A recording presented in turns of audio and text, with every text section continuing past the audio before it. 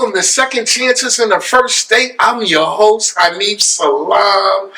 This show is being brought to you by the Delaware Center for Justice. DCJ aims to bring justice for all of our clients and justice for all Delawareans. Here on Second Chances for the First State, we aim to lift up the voices of those fighting for justice on a daily basis. And today I have no better voice for you to hear speaking on justice than my colleague and friend, Miss Aisha Stranford, our Director of Youth Services here at DCJ. How you feeling today, sis? Mr. Haneef, how are you? I am doing well, but I just like for you to start off to tell all the people about DCJ's Youth Reentry Services. So DCJ Reentry Services. Currently, we have a caseload of 45 young people that are currently detained at the cottages, Snowden Cottage. Snowden Cottage is a juvenile detention facility. It's on a campus with other facilities, but we... the Newcastle County Detention Center. So we work with young people that are currently detained. We provide intensive case management services. So not only do we work with them while they're detained, we work with them once they are discharged or they leave the cottages and they go back into the community with their families. So some of the things that we focus on is education. A lot of our young people are at alternative placement schooling. So we work with them to transition back to regular mainstream high school or middle school. We also focus on employment. Right now we are trying to get a lot of our young people to register for Newcastle County Summer Youth. So we also help them find employment at other places too. But right now, this is the time to register for Summer Youth and to help some of the families that we work with. Interacting with their peers and their families. Sometimes we have young people that have mother-son or son-daughter conflict. We try our best to... Parent-child conflict. Parent-child conflict. So we try to help as a support. What we do is we try to implement recreational activities. So we might take them to the mall to, browse, or they might need to go out school shopping. So what events you got coming up, man? So we are going to Lum's Pond. Lum's Pond? Now, Lum's Pond, these activities, Lum's Pond, the mall, is it just for the clients or the clients and their families? The clients and their families. Okay. So if we have a mother that's having a hard time with getting school clothes or summer clothes, we take them to the mall as a family. Just to help them, to support them, because we want to not only be there for the young person, we want to be there for the families as well. So we help with different things like that as well. Some of our family events, we are able to take the mother, they have siblings, grandmother. We want to be a family unit, the village, basically. So we try to help and support in that way with those recreational activities. It's not always about, okay, let's sit down, let's do therapy. We want to be out in the community, doing some other things. So sometimes the dynamic and the conversations are different compared to being in a home and being out in the community. I just want to take a minute to highlight that for everybody listening and watching, because as you know, I know, DCJ provides state-of-the-art programming. Like, we don't just do the traditional programming, we got state-of-the-art programming. So, like, most youth programs are not as a focus or as holistic as our Youth Reentry Services. I mean, like Aisha is saying, we're going to focus on the client's education, but we're going to focus on the family dynamic. With all that, with a holistic approach, what would you say are some of the biggest challenges our youth face transitioning from the detention centers or the facilities back into the community? People, places, and things. They're going back to where that crime was committed. They're going back to their peers that provide the negative behaviors or they don't do positive things. So our job is to show them something different. Come on, let's go to, you know how many of our kids never been to the beach? Wow. You know how many of our kids never been out of Wilmington? So trying to show them something different is very important. And that you don't always have to surround yourself by your negative peers. And we know you have to go back home because that's where you live, but you have control of your life. You know what is right, you know what is wrong. So our goal is to try to help encourage you. Our job is to help show you something different. Our job is to be that support that you may need. Our job is also to be be supportive with that parent, because that parent might not know some things either. So we're going to help mom get her GED if she needs it. We're going to help mom. She might need services from social services and she doesn't know how to navigate the system. We're going to help her navigate the system. We're going to help the families as much as possible as well, because if the mom's not right, the young person's not going to be right. We want our young people to focus on young people things, not adult things. You know, so many of our young people, oh, well, my mom, she's having a hard time with her rent, or she's having a hard time with her bills. We want you to focus on going to school. We want you to focus on getting on a basketball team. Let us help your mom with those other things. So I think that's really important to understand, because we want our kids to think. I know in the environment that we're currently in, it's hard to be a child, but we want our young people to be children, you know? So that's important for us. Wow, that's deep. So, you know, I'm just sitting here thinking, big shout out to the DCJ case managers. Most definitely. From the Youth Reentry Services team, because it has to take intense case management. I mean, can you just share, because I've been a case manager, so I'm just sitting here thinking about the work that's put in with these youth and families, but can you just share a little bit of the work that your case managers actually do on a day-to-day basis to help? So actually, you know, this week we had a number of discharges, young people leaving the cottages, going back home. So what I try to do is have my staff be present for those discharges, because when our young people are detained, a lot of times parents, they don't answer the phone. They talk to so many different people. Sometimes they shut down, which we understand. So I think us being present and being able to say, okay, we're going to do A, B, C, and D. We're going to be a support. Hold on. When you say present, the case manager is at the facility when the youth is released? We are at the facility. Why the So if they need a ride to mom, dad, crib, wherever they go, if they allow us to. A lot of times that it has to be prearranged, of course. Yeah, prearranged. But even when a young person is detained, we go in weekly to have one-on-ones, to talk to them about their goals, what they want to do, what their stressors are, and we work with them before they are released. So we build relationships and rapport even before they're released back into the community. Discharge is just a reminder, like, I'm still here for you. I'm not going nowhere. You tell mom, dad about me. Yep, and everything I'm saying is true. Like this, we stayed on business. Right. When we say we're going to do something, we're going to do it. So I think building that rapport and that relationship before they're released plays a major part. So now they already trust you. Because the trust factor, I ain't fooling with everybody. Right. So now they trust you. They know, okay, now my case manager really cares about what's going on. And then that gives mom to put a face with a name. Because, you know, we have to call the parent or dad for consent. Hey, we're DCJ. We give them a spill what we do. We want to be able to work with a young person. We have to get your consent. So a lot of times we only are talking to the parents by phone. Sometimes we meet with them face to face if they have, you know, issues before the young person is released. But a lot of times we're only talking to them by phone. While the child is still detained. Correct. So once they are released, okay, the mom's like, okay, I remember talking to you. Now putting a face with a name, now everything is coming together. So now the trust factor is even built with the guardian and or the parent as well. That's dope. That's like, wow. So as the case manager is working with the youth and their discharge, and then things are coming up where mom, grandma, guardian could use help. Mm-hmm. Like we have like a family community engagement person, right, that also assists the case manager. Yep, we have a family engagement specialist. So her role is just to focus on the families, the mom, the grandmother, the guardian. If they need therapeutic services, we help point them in the right direction. If they need help with getting their rent paid, or their electric bill paid and they're behind. That's something that we can also assist with when we have the funding to do that.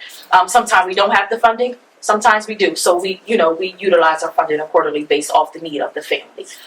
We might have a mom or a grandma that might need a ride to an appointment, to the grocery store, need help with a food closet referral. They may need help with work clothes or something. We provide those services to the family as well. If we have a recreational activity and that sibling would like to go to that recreational activity, they at least have to be 14 for us to transport them. But we're able to transport them to that recreational activity as well. So we try our best to be that support for our guardians too, because again, we want our young people to focus on being a young person. So let me ask you, with all this support and all these resources, what do you think are some of the common reasons why some of our youth recidivate and go back into the institutions after this? to follow their peers sometime. They want to, what they say, be with the Joneses, like fit in with their peers. But I notice a lot of our young people, they want to care for their families. And I tell them a closed mouth don't get fed, right? So you have to tell us what's going on. That's why we try to go just report. I want you to be successful. So if your mom is struggling, let us know. But pride is and even our parents are prideful. But life is life for everybody, right? I'm human just like you. Just because I'm in a position that I am, I'm still human. You know, things are not always great for me either. But my job is to not focus on what I got going on. My job is to focus on what you got going on. You don't have to be prideful. We are here to help you as much as possible. We want your young person to be successful. We want the parents to be successful. So I think a lot of our young people are worrying about adult things. So they, by any means necessary, about what they know how to do. They're going to go out and do it. And they're going to make it happen. And that's what a lot of our young people do. I think also with all of the gang activity, different things that are going on in the city, they want to look out for their boy. They want to be the big man sometime. And it's just not the right way of going about it. And what happens is they get caught up in what's going on and then they are detained again. So what we try to do is we go into the school. We talk to the principals. We talk to the administrators. What can we do to help this individual? If they're having a hard time, a lot of our kids are struggling in school. You know, so what can we do? Let's get this tutor. Okay, let's figure out what we need to do. Okay, we're going to get this tutor to go to the house. What can we do to help this parent? Okay, she needs a ride to school. We're going to take this parent to the school. We go into the home. If I'm, you know, if we having some family that has no food, come on, let's go grocery shopping. Those things are important. That's what you need to thrive every day. We are involved, and we understand mental health is big too. You know, some of our young people, I want to deal with that, but sometimes we all need somebody to talk to. You know, so we try to stress that too. Like, you know, it's okay to talk to somebody. It's okay to be stressed. It's okay to be hurt. It's okay to be angry. It's okay to have those feelings. You don't always have to, you know, shut down. It's okay to express yourself and be okay. Sometimes that helps. So just trying to help them understand that too. So it's a lot of layers to it. And it takes a special person to focus on all of those layers and be passionate and understand what is going on. You know, and I always say, you know, we are human too. Yes, indeed. We are human too. We are human. Some of the things that you are experiencing, we might have already experienced it. So we know how to navigate it. You know, again, just because we are in these positions don't mean we're not human. Miss Aisha, you don't understand. I'm from your hood.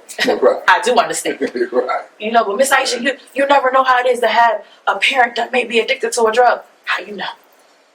You don't know my story. You don't know. But let me help you.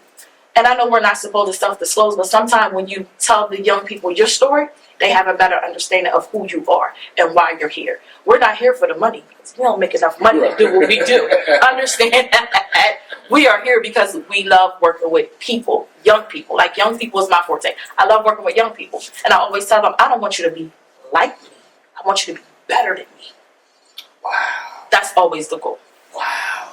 And see, here at DCJ, we have phenomenal people like Aisha and her whole Youth Reentry Services team. And we take a holistic approach, but it also includes you. We cannot do this without you. So I need you to do me a big favor. Go to the Delaware Center for Justice website right now. www.dcjustice.org and look for that donate button. I'm telling you, it's not hard to miss. So just go to our website, hit the donate button. Whether you can give $1, $100, $1,000, $10,000, it will really go for us to be able to help the youth and the families that we are providing not just justice for, but services in a holistic manner. So, Miss Aisha, with all the layers that we're pulling back, can you share with me a success story or two of somebody who has really benefited from the services? Most definitely. I had a young man leave the cottage maybe 8 months ago. Okay. He was going to a alternative placement alternative school. He was doing really, really well in the school. So usually when a young person is released to go to a alternative school, they have 45 days to be into that type of environment for them to go into a regular high school setting. Traditional school. Right. So this young man, 30 days, he was back at his traditional high school. He is doing well. Currently at his school, he is a part of the wrestling team. Okay. He is, we did his application for summer youth. He also just called me actually this morning. He got a job offer at KFC. Wow. And we are also paying for him to go to a wrestling camp over the summer. Because wrestling is his thing, so we try to encourage that. That's something positive. I love wrestling for the youth. It's positive. You can get that aggression out, and you can get a college scholarship off of wrestling. Most definitely. So we're going to pay for him to do that, and he has his wrestling match on Saturday that I'm going to go to, just to encourage him to root for him, because that's special when someone is there rooting you on, and I'm glad. I'm going to root my boy on. That's major. Less than a year ago, a young man released from one of the facilities here in Delaware, going to alternative school, in less than 4 weeks, back in the regular school, made the wrestling team, and now he's going to continue to aspire to wrestle. Yep. Got a job offer. He may have 2 jobs. The cards fall his way. He had KFC and summer youth. Like, that is phenomenal. It's good to hear success stories. So come on, we're going to keep them rolling so the people know it ain't just a one-off. It's not a one-off. Tell us about somebody else doing good right now besides Aisha. We have another young man that was released from the colleges, but he's already graduated. He already has his high school diploma. So right now, he will be going to Delaware Tech to get his HVAC certification. He also has obtained employment he's down in Laurel. So he has also obtained employment in Laurel with the help of our case manager, Ms. Candy. So this is, pause. Mm-hmm. This is a statewide thing. It ain't just Wilmington, Newcastle County. Didn't say that? This young man is down in Laurel. Sussex County. Woo. Or Delaware. And we still bringing justice to people in Sussex. We love all Delaware. All Delaware. So we serve all of Delaware. Okay. All of Kent, Newcastle, and Sussex County. Okay. So he is doing really, really well there. So he's really excited about getting his certification. So we're excited to help him. So we also are going to get the supplies that he needs for his class. So we are excited about that for him.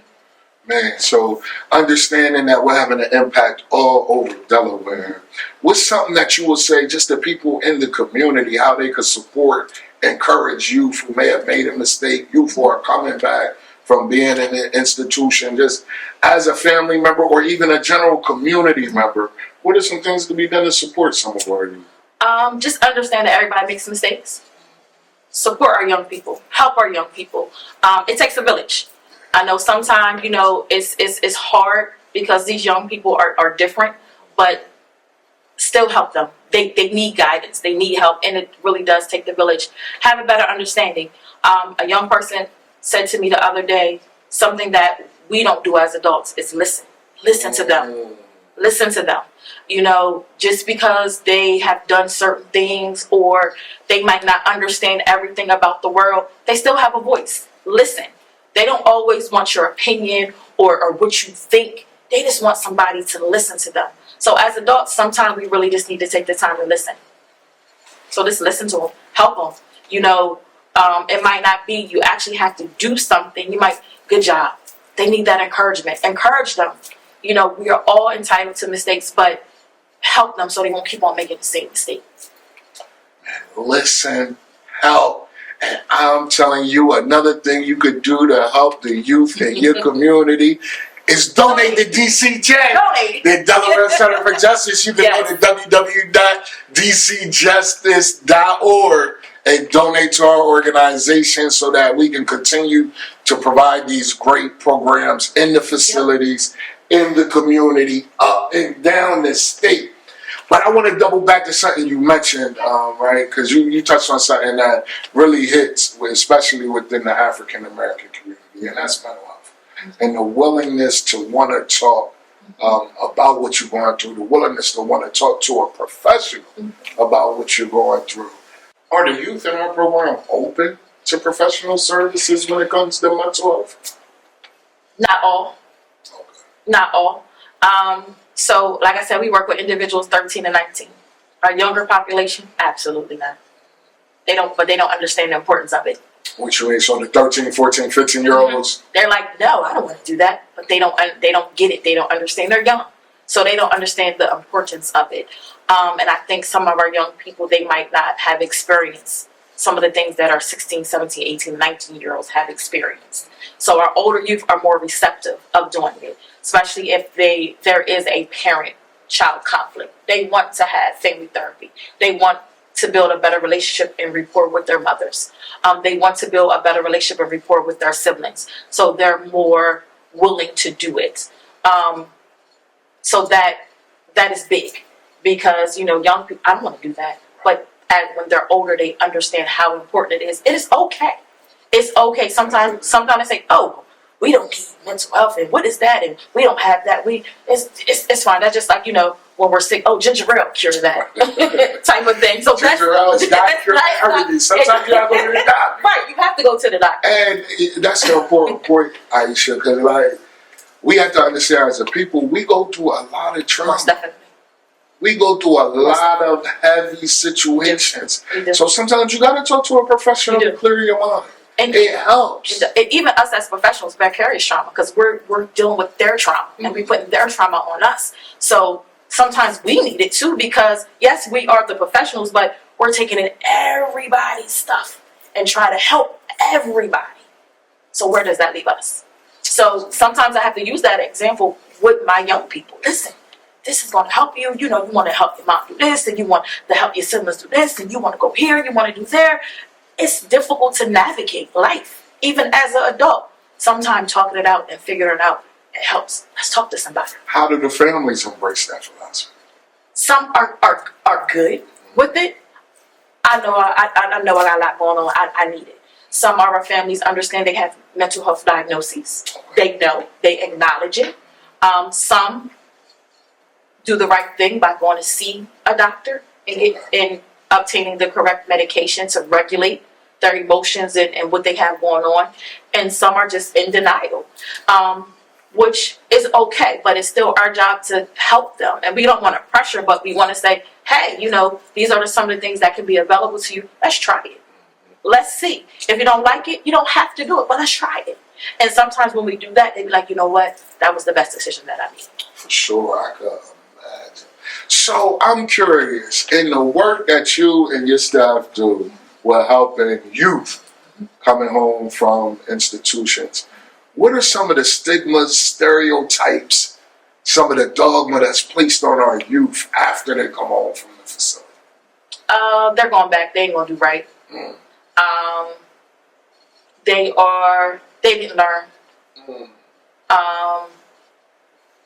They are going to do the same things because they're going to surround themselves with the same people. They never going to amount to nothing. That's what they always going to be, because that's where they come from. Generational stuff. And I asked you because, see, I know from personal experience, that's what people begin to say. That's how people treat you. And just as a professional, I wanted everybody listening and watching to hear from you. And this is what we got to stop doing to our youth. Sometimes we are the ones tearing down our youth with our words. Yes. I heard a young man say to me one time in a facility, because I work in the Newcastle County Detention Center. And in the facility, we were doing a group at Aisha, you're going to say to me, I want to go home and be positive, Mr. Haneef. I want to go home and do the right thing. But everybody telling me I'm going to keep getting in trouble, so I might as well go home and keep getting in trouble. And when I heard him say that, it just touched my heart. Because, of course, I'm there trying to convince him to be positive. But we have to be mindful of how powerful our words are, especially to our youth. We should be building them up, uplifting. Everybody deserves a second chance. That's why we do second chances in the first state. But for real, we have to be intentional in how we're speaking to our youth, especially our youth that have made mistakes. Sometimes it's hard for an adult to bounce back from a mistake. So our youth, we really got to nurture them and build them up and try to stay away from stereotypes and dogma. So let me ask you this. What advice do you have for young people who who may be struggling, who may came home, who may have made a mistake in their life. They want to turn it around. But they 1 foot in, 1 foot out. They struggling to do the right thing for the right reasons. What would you tell them? Keep pushing. Keep pushing. I know it's easier said than done, but keep pushing. Because if you are looking for change, you gotta change. You gotta be, you have control of your life. Regardless, I understand people, places, and things in your environment, but you have control, right? Sure. You have control to make the change. And if you have people around you that is around to support you, turn to them. You know, there is people out here that still have the village mentality. You know, I'm that one that if I see a young person doing something, yo, why you doing that? Let me talk to you for a minute. I'm that person. You know, and I know sometimes kids, who's she? I don't care. I'm Miss Aisha. That's who I am. So come here for a minute. Let me holler at you. Yeah. Just like that. Like, nah, I'm Miss Aisha.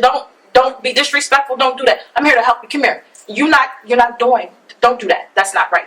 You know, so I think the village, and I know it's hard to talk to people, kids, and I know everybody doesn't feel comfortable with doing that, but just keep pushing.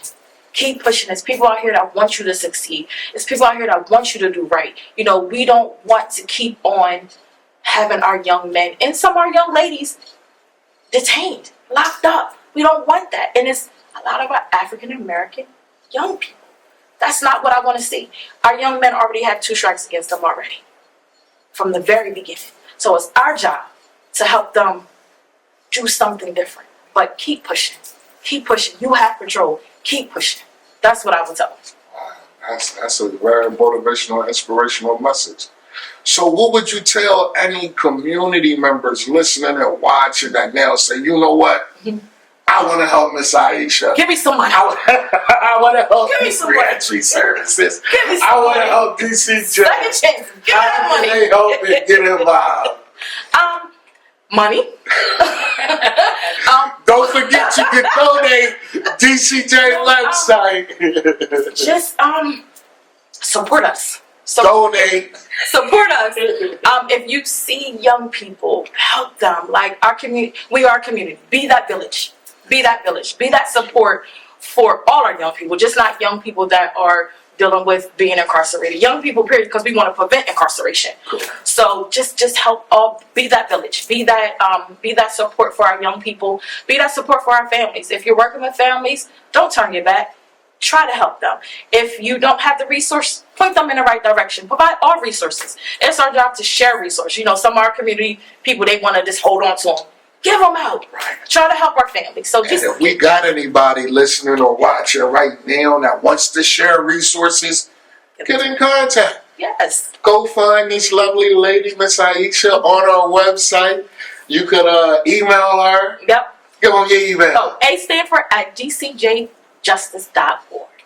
There you go. So make sure you email her, reach out if you have services for youth and families. If you want, you could reach out to myself. Mine is hsalam@dcjustice.org. But reach out, be a part, donate, support, help however you can, whether it's with DCJ specifically or in the community. But with that said, we want support. We want donations. Make sure you donate.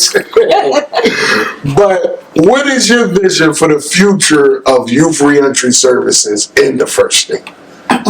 What would you like to see as far as what is provided to our youth to help them come home and stay home?